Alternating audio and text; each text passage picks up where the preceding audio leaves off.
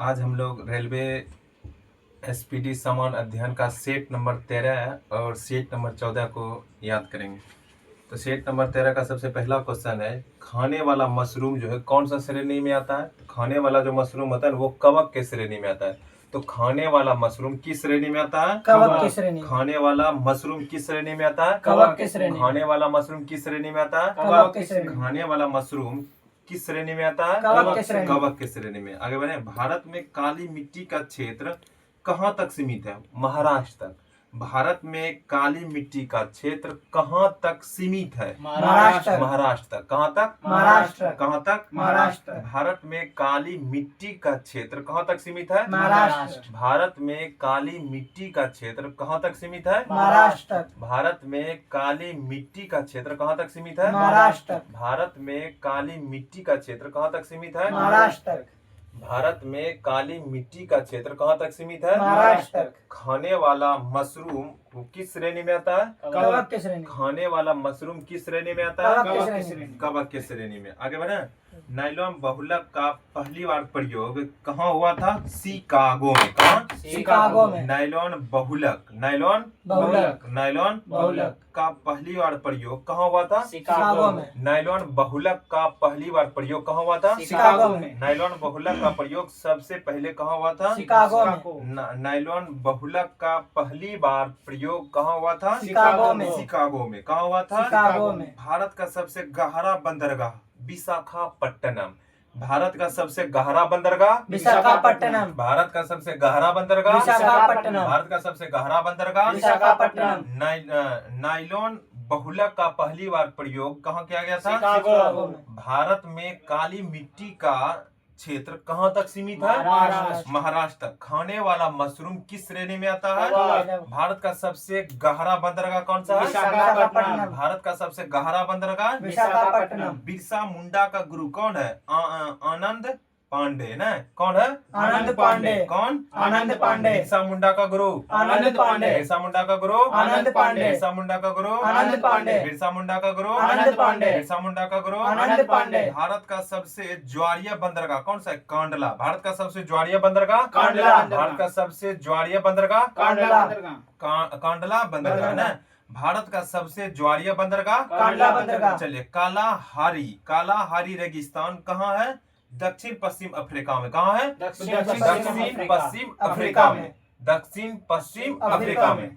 आपसे पूछेंगे कालाहारी रेगिस्तान कहाँ है? दक्षिण पश्चिम अफ्रीका। दक्षिण पश्चिम अफ्रीका में। दक्षिण पश्चिम अफ्रीका में एक जगह है क्या? बोत्सवाना। कौन? बोत्सवाना। वहीं पे। तो आपसे पूछेंगे कालाहारी रेगिस्तान कहाँ है? दक्षिण पश्चिम अफ्रीका में। पेरिस सीन नदी के किनारे बसा हुआ है। तो आपसे क्वेश्चन पूछेंगे, पेरिस कौन नदी के किनारे बसा है? सीन नदी के किनारे। पेरिस कौन नदी के किनारे? सीन नदी के किनारे। पेरिस कौन नदी के किनारे? सीन नदी के किनारे। आपसे पूछेंगे, भारत में काली मिट्टी का क्षेत्र कहाँ तक सीमित है? महाराष्ट्र। महाराष्ट्र तक। हम जो खाते हैं जो मशरूम, वो कौन सा श्रेणी में आता है? कवक के श्रेणी में। कवक श्रेणी में। भारत का सबसे गहरा बंदरगाह कौन सा है? विशाखापट्टनम। चलिए। बिरसा मुंडा का गुरु कौन है? आनंदी पांडे। आनंदी पांडे। आनंदी पांडे। चलिए। कालाहारी रेगिस्तान कहाँ है? पश्चिम दक्षिण अफ्रीका में। दक्षिण पश्चिम अफ्रीका में। वो कौन सा जगह है? बोत्सवाना। कौन सा? बोत्सवाना। पेरिस जो है कौन नदी के किनारे है? सीन नदी के किनारे। सीन नदी के किनारे। आगे बढ़े। सेल्सियस कहाँ स्थित है? हिंद महासागर में। सेल्सियस कहाँ स्थित है? हिंद महासागर में। सेल्सियस कहाँ है? हिंद महासागर। सेल्सियस कहाँ स्थित है? हिंद महासागर। सेल्सियस कहाँ स्थित है? हिंद महासागर। सेल्सियस कहाँ स्थित है? हिंद महासागर। सेल्सियस कहाँ स्थित है? हिंद महासागर। सेल्सियस कहाँ स्थित है? हिंद महासागर। आनुवांशिकी उत्परिवर्तन किसमें होता है? डीएनए में। आनुवांशिक उत्परिवर्तन किसमें होता है? डीएनए में। आनुवांशिकी उत्परिवर्तन किसमें होता है? डीएनए में। आनुवांशिकी उत्परिवर्तन किसमें होता है? डीएनए में। आनुवांशिक उत्परिवर्तन किसमें होता है? डीएनए में। चलिए। ग्रेट ऑर्टिजियम बेसिन कहाँ स्थित है? ऑस्ट्रेलिया में। ग्रेट ऑर्टिजियन बेसिन कहाँ स्थित है? ऑस्ट्रेलिया में। ऑस्ट्रेलिया में। कहाँ स्थित है? ऑस्ट्रेलिया में। ग्रेट ऑर्टिजियन बेसिन कहाँ स्थित है? ऑस्ट्रेलिया में। आनुवांशिकी उत्परिवर्तन किसमें होता है? डीएनए। कहाँ होता है? डीएनए में। किसमें होता है? डीएनए में। डीएनए। ग्रेट ऑर्टिजियम बेसिन कहाँ है? ऑस्ट्रेलिया। चलिए। अष्टदिग्गज का संबंध किससे है? कृष्णदेवराय से। कृष्णदेवराय से। हाँ। अष्टदिग्गज का संबंध किससे है? कृष्णदेवराय। अष्टदिग्गज अष्ट दिग्गज का संबंध किससे है? कृष्णदेवराय से। चलिए, विठल स्वामी के मंदिर को किसने बनवाया था? कृष्णदेव राय। किसने? कृष्णदेवराय ने। विठल स्वामी के मंदिर को किसने बनवाया था? कृष्णदेवराय ने। किसने बनवाया था? कृष्णदेवराय ने। चलिए, जगन्नाथपुरी मंदिर सुने हैं ना, वो कौन वंश ने बनवाया था बताइए? गंगवंश ने। किसने बनवाया था? गंगवंश। बहुत अच्छा। चलिए, कालाहारी रेगिस्तान वो कहाँ है? दक्षिण दक्षिण पश्चिम अफ्रीका अफ्रीका। में। वो कौन सा जगह है? दक्षिण पश्चिम अफ्रीका, वो बोत्सवाना, कौन? बोत्सवाना। चलिए, सेल्सियस कहाँ स्थित है? हिंद महासागर, हिंद महासागर में। अगला क्वेश्चन है, विठल स्वामी के मंदिर को किसने बनवाया था? कृष्णदेवराय। किसने? कृष्णदेवराय। कृष्णदेवराय। अगला क्वेश्चन सुनिएगा, चंद्रप्रभा राष्ट्रीय वन्य जीव अभ्यारण्य कहाँ है? उत्तर प्रदेश। कहाँ है? उत्तर प्रदेश। चंद्रप्रभा राष्ट्रीय वन्य जीव अभ्यारण्य कहाँ है? उत्तर प्रदेश।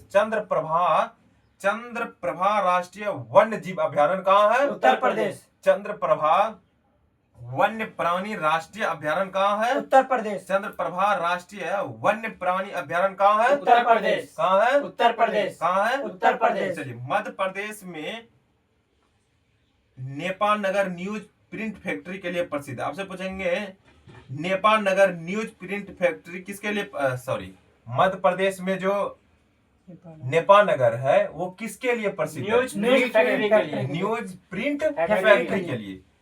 मध्य प्रदेश में नेपाल नगर किसके लिए प्रसिद्ध है? न्यूज प्रिंट फैक्ट्री के लिए। मध्य प्रदेश में नेपाल नगर जो प्रसिद्ध है किसके लिए? न्यूज प्रिंट फैक्ट्री के चलिए, लिए। हैदराबाद और सिकंदराबाद को क्या कहते हैं? जुड़वा सर। जुड़वा शहर। हाँ, हैदराबाद और सिकंदराबाद को क्या कहते हैं? जुड़वा शहर। हैदराबाद और सिकंदराबाद को क्या कहते हैं? जुड़वा शहर। हैदराबाद और सिकंदराबाद को क्या कहते हैं? जुड़वा शहर। हैदराबाद और सिकंदराबाद को क्या कहते हैं? जुड़वा शहर। चलिए, वायुमंडल के समताप मंडल में ओजोन का घनत्व सबसे अधिक होता है। सुनिएगा, क्वेश्चन आपसे पूछा जाएगा, वायुमंडल के किस मंडल में ओजोन का घनत्व सबसे अधिक होता है? समताप मंडल में। ओजोन का सबसे अधिक घनत्व किस में होता है? समताप मंडल। वायुमंडल के किस भाग में ओजोन का घनत्व सबसे अधिक होता है? संताप मंडल। किसमें? संताप मंडल। किसमें? संताप मंडल। मॉडल नंबर 13 कंप्लीट हो गया। मॉडल नंबर 13 का क्वेश्चन आप बताइएगा, मध्य प्रदेश जो है, मध्य प्रदेश में कौन सा जगह है जो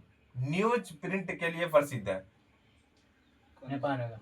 नेपाल नगर। कौन? नेपाल नगर। नेपाल नगर। चलिए, हैदराबाद और सिकंदराबाद को क्या कहते हैं? जुड़वा जुड़वा शहर। अब आते हैं सेट नंबर 14। हरियाणा हरिकेन के नाम से किसको जानते हैं? कपिल देव को। हरियाणा हरिकेन के नाम से किसको जानते हैं? कपिल देव को। हरियाणा हरिकेन के नाम से किसको जानते हैं? कपिल देव को। हरियाणा हरिकेन के नाम से किसको जानते कपिल देव हैं? को। चलिए, प्रोटीन के निर्माण में आधारभूत इकाई कौन सा है? एमिनो अम्ल। प्रोटीन के निर्माण में आधारभूत इकाई एमिनो अम्ल। प्रोटीन निर्माण में आधारभूत इकाई एमिनो अम्ल। प्रोटीन निर्माण में आधारभूत इकाई एमिनो अम्ल। प्रोटीन निर्माण में आधारभूत इकाई एमिनो अम्ल। प्रोटीन निर्माण में आधारभूत इकाई एमिनो अम्ल। प्रोटीन निर्माण में आधारभूत इकाई एमिनो अम्ल। एमिनो अम्ल। दक्षिणी ध्रुव पर पहुंचने वाला प्रथम व्यक्ति कौन था? एमुंडसेन। कौन? एमुंडसेन। कौन? एमुंडसेन। वे कहाँ के था? नॉर्वे का। कहाँ? नॉर्वे का। दक्षिणी ध्रुव पर पहुंचने वाला प्रथम व्यक्ति कौन है? एमुंडसेन। कहाँ का था? नॉर्वे। नॉर्वे का। दक्षिणी ध्रुव पर पहुंचने वाला प्रथम व्यक्ति कौन था? एमुंडसेन। एमुंडसेन। एमुंडसेन। दक्षिणी ध्रुव पर पहुंचने वाला प्रथम व्यक्ति कौन था? एमुंडसेन। कौन? एमुंडसेन। कौन? एमुंडसेन। वो कहाँ का था? नॉर्वे का। नॉर्वे का। चलिए, कानपुर से भारत में 1857 क्रांति के नेता कौन थे? नाना साहब। कौन? नाना साहब। कौन? नाना साहब। कौन? नाना साहब। कानपुर से भारत में जो 1857 का क्रांति हुआ था, वहां से कौन थे? नाना साहब। आपसे क्वेश्चन पूछा जाएगा, 1857 का क्रांति का जो नेता था कानपुर से कौन थे? नाना साहब। कौन? नाना साहब। कौन? नाना साहब। चलिए, भारत में सबसे बड़ा नदी मुख कौन सा है? हुगली नदी। कौन सा है? हुगली नदी। भारत में सबसे बड़ा नदी मुख कौन सा है? हुगली नदी। भारत में सबसे बड़ा नदी मुख कौन सा है? हुगली नदी। हुगली नदी। कौन सा है? हुगली नदी। संघीय सरकार के खर्चे को नियंत्रित करने का अधिकार किसको है? संसद को। संघीय सरकार के खर्च को नियंत्रित करने का अधिकार किसको है? संसद को। संघीय सरकार का जो खर्च जो होता है उसको नियंत्रित करने का अधिकार किसको है? संसद को। एकमात्र केंद्र शासित राज्य कौन सा है जहां उच्च न्यायालय स्थित है? दिल्ली। कौन सा है? दिल्ली। एकमात्र केंद्र शासित राज्य जहां की उच्च न्यायालय स्थित है? दिल्ली। दिल्ली। कौन सा है? दिल्ली।